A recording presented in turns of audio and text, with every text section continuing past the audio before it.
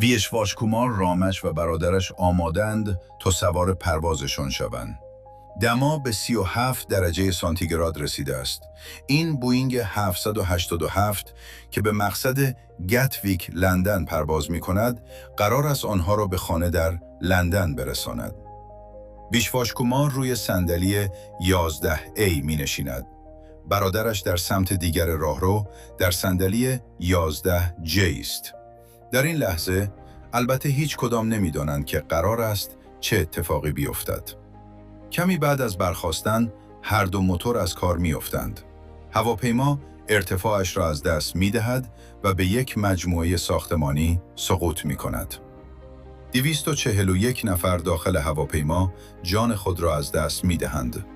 19 نفر دیگر روی زمین کشته می شوند. تنها یک مسافر زنده می ماند.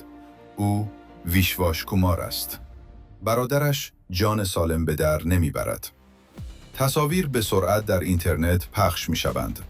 تنها بازمانده که با پای خودش از محل حادثه بیرون می رود، مسافری که در صندلی 11A نشسته بود، زنده ماند تا داستان آنچه رخ داده را تعریف کند. وقتی روز بعد در شفاخانه مصاحبه می شود، هیچ حرفی برای گفتن ندارد. وضعیت دیروز چگونه بود؟ لطفاً توضیح دهید. نمیتوانم توضیح بدهم. همه چیز جلوی چشمم اتفاق افتاد. نمیتوانم. ویشواش کومار تنها بازمانده نیست. بارها و بارها در سقوط‌های وحشتناک هواپیما فقط تعداد کمی زنده ماندند. در این ویدیو به 4 مورد از این فجایع مرگبار نگاه می‌کنیم و به افرادی که به طور معجزه‌آسا زنده ماندند.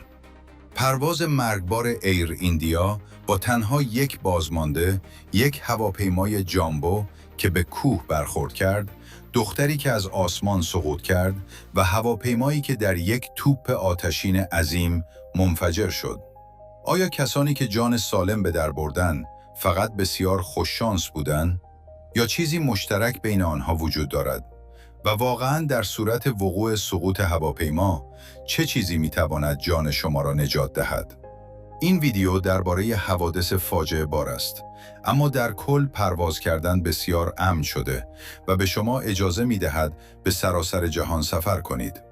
تحقیقات درباره سقوط پرواز ایر ایندیای 171 هنوز ادامه دارد. اما یک گزارش اولیه کمک می‌کند بهتر بفهمیم احتمالاً چه اتفاقی افتاده است. وقتی هواپیما شروع به از دست دادن ارتفاع می‌کند، ابتدا به چند درخت برخورد می کند. سپس فقط 32 ثانیه بعد از برخاستن به یک مجموعه ساختمانی سقوط می کند. این ساختمان‌ها محل زندگی پزشکان و دانشجویان پزشکی یک شفاخانه محلی هستند. هنگام برخورد، دماغه هواپیما کمی رو به بالا قرار دارد. بخش دم هواپیما در لبه اولین ساختمان جدا می شود. بقیه بدنه به جلو ادامه می دهد و دیوارها و سقف‌ها را با نیروی شدید می شکافد. اول بال راست جدا می شود. سپس هواپیما به ساختمان بعدی برخورد می کند و بال چپ هم جدا می شود. بالها و این بخش از بدنه مخازن سوخت را حمل می کنند. ویشواش کومار درست قبل از این بخش نشسته بود. شواهد نشان می دهد بدنه ممکن است دوباره تکه تکه شده باشد و او را حتی بیشتر از ناحیه سوخت جدا کرده باشد. این باعث شد صندلی او در معرض توپ آتش عظیمی که هنگام برخورد ایجاد شد قرار نگیرد. در مصاحبه‌ها بعد از حادثه، ویشواش کومار گفت که از طریق یک شکاف کنار خود از لاشه بیرون آمده است. مشخص نیست آن شکاف بر اثر پارگی بدنه ایجاد شده یا درب اضطراری کنده شده بوده است. ویشواش کومار تنها بازمانده بود و با جراحات جزئی با پای خودش از محل خارج شد. اما یک مورد استثنایی برای نتیجه گیری کافی نیست. بنابراین به دنبال الگوها رفتیم. اینها همه حوادث بزرگ هوایی از سال 1970 هستند که فقط 1 تا 5 بازمانده داشتند. هرچه دایره بزرگتر باشد، تعداد مسافران بیشتر است. نقاط زرد بازماندگان هستند. این مرگبارترین سانحه هوایی تاریخ است. پرواز 123 جپان ایرلاینز و این هم ایر ایندیا فلایت 171 است. آن نقطه زرد تنها ویشواش کمار است. این تحلیل تا حدی الهام گرفته از بررسی رود نیوز است. این خبرگزاری 1400 حادثه هوایی را بررسی کرد و 45 مورد یافت که فقط 1 تا 5 بازمانده داشتند. در 20 مورد از آنها حتی می توانستند شماره صندلی بازمانده ها را مشخص کنند. پس آیا محل نشستن در هواپیما روی شانس زنده ماندن تأثیر دارد؟ ویشواش کمار در بخش جلویی هواپیما نشسته بود. از میان بازماندگان شناخته شده در 55 سال اخیر، 14 نفر در این بخش بودند و 19 نفر در بخش عقب هواپیما. مانند یومی اوچی و 3 مسافر زن دیگر در پرواز جپان ایرلاینز 123. هواپیمای بوئینگ 747 از توکیو به اوزاکا در حرکت است. 524 نفر داخل هواپیما هستند. یومی میهماندار است، اما امروز مسافر عادی است و در ردیف 56 نشسته است. صدای بلندی شنیده می شود. فشار کابین افت می کند. ماسک های اکسیژن پایین می آیند.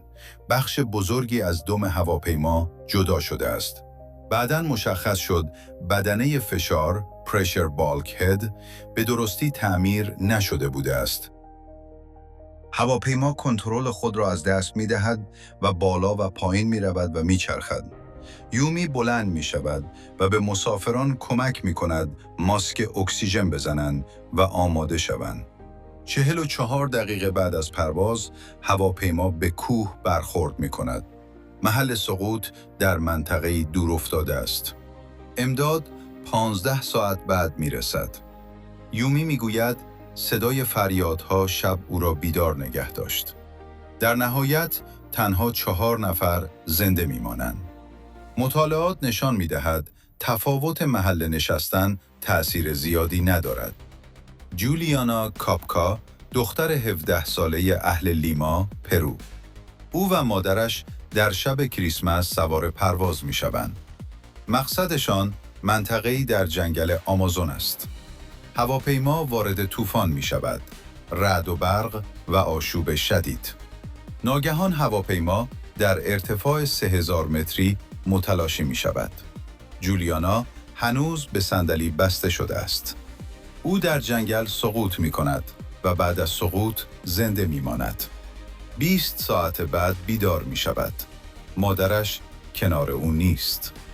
او 11 روز در جنگل حرکت می کند تا نجات پیدا کند. او تنها بازمانده 92 نفر است.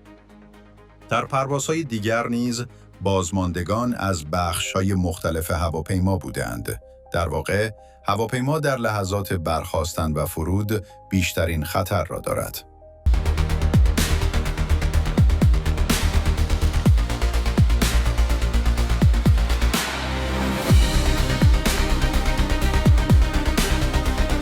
جیمز پولینکی کمک خلبان یک پرواز است.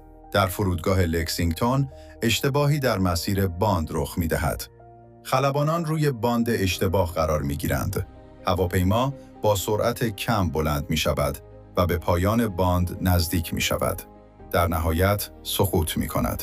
49 نفر کشته می‌شوند و تنها پولینکی زنده می‌ماند. گزارش رسمی می‌گوید اشتباه انسانی، خستگی کنترل کننده ترافیک هوایی و اطلاعات قدیمی باعث حادثه شد. در پایان، داستان بازماندگان مثل ویشواش کمار، جولیانا، یومی و دیگران شباهت کمی دارند. در چنین سوانحی زنده ماندن بیشتر به شانس بستگی دارد، اما پرواز همچنان امن‌ترین روش سفر است و هر سال امن‌تر می شود. یک محقق MIT گفته اگر هر روز 55,000 سال پرواز کنید، احتمال مرگ در سقوط هواپیما دارید. بعد ثانیه تخلیه شوند. اما هنوز مهم است که بدانید در شرایط اضطراری چه کنید. به دستورالعمل‌ها توجه کنید. نزدیک خروجی بنشینید. کیف خود را همراه نبرید و لباس مناسب بپوشید.